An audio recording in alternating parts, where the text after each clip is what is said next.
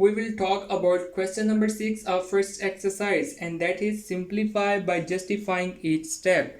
And we will solve second portion of this question, that is equal to 1 by 4 plus 1 by 5 divided by 1 by 4 minus 1 by 5.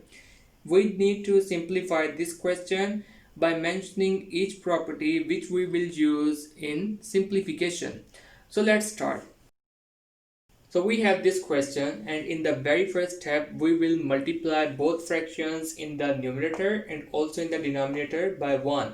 And here we are using multiplicative identity property. 1 is the multiplicative identity of every real number. Therefore, 1 in case of multiplication will not change the real value of 1 by 4 and 1 by 5 in the numerator and also in the denominator. So you just need to mention multiplicative identity property here. Now, you can examine one thing, and that is the values of denominator of both fractions. 1 by 4 and 1 by 5 is different. So our task is to convert 4 and 5 into some common number. How we can do this? For this we just need to take the LCM of 4 and 5. Now the question is, what is LCM? Before LCM, let me tell you about the multiple of any number. Basically, the multiple of any number is the product of that number. For example, 4 is the multiple of 2, 12 is the multiple of 3, 12 is also the multiple of 2, 12 is also the multiple of 6. So this is the concept of multiple, and least common multiple, or we can also say it LCM, is the smallest number that is the multiple of both numbers. So in our case we have two numbers 4 and 5, and we want to find the LCM of 4 and 5. So the LCM of 4 and 5 will be the smallest number that would be the multiple of both 4 and 5. So which smallest number is the multiple of both 4 and 5? Is it 10? No, 10 is not the multiple of both 4 and 5. 10 is only the multiple of 5. So is it 20? Yes, 20 is the smallest number that is the multiple of both 4 and 5. So this means the least common multiple of 4 and 5 is 20. Now we want to convert the values of denominator of both fractions in the numerator and in the denominator into 20. How we can do this? For this we just need to convert 1 that is with the fraction 1 by 4 into the product of 5 and its additive inverse, and 1 that is with the fraction 1 by 5 into the product of 4 and its additive inverse.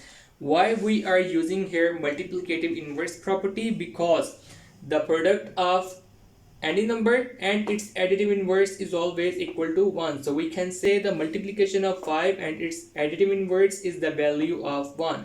So here we are using multiplicative inverse property. So just mention here.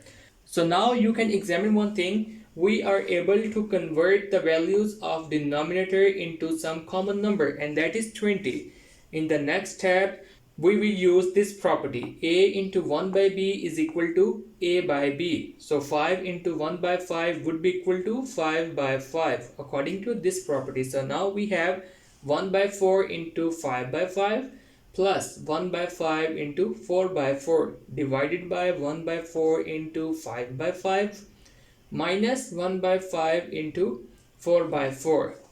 Now the next step is multiply these two fractions in the numerator and also in the denominator. So the multiplication of 1 by 4 into 5 by 5 is equal to 5 by 20, and the multiplication of 1 by 5 into 4 by 4 is equal to 4 by 20.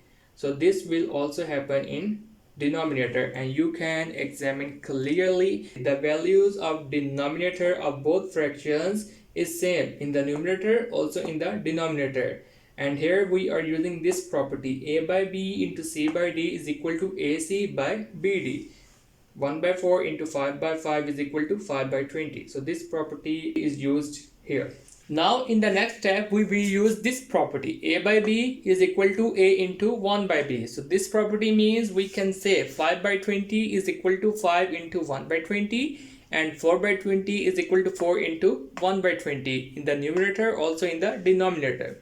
The next is you can examine one thing. 1 by 20 is common in both 5 and 4.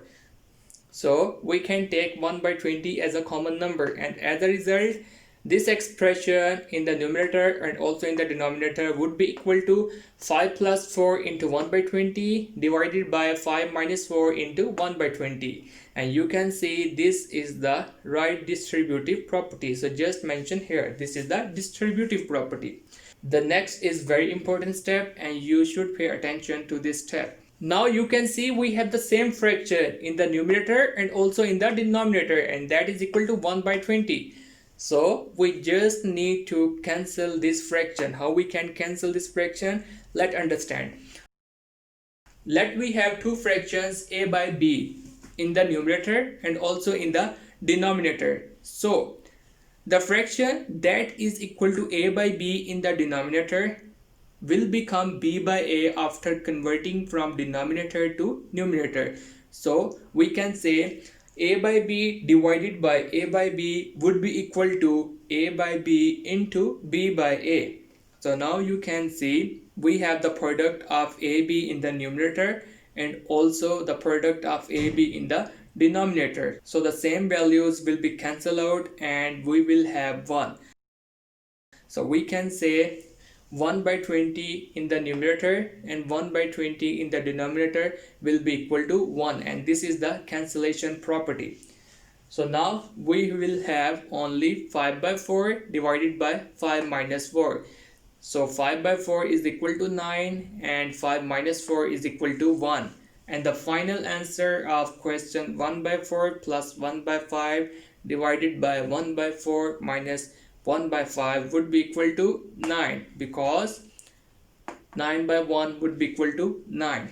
So guys, this is how you can simplify each question of question number 6 by justifying each step. I hope now you can solve other questions of first exercise, but if you find any difficulty in solving other questions, then please let me know by writing in the comment section.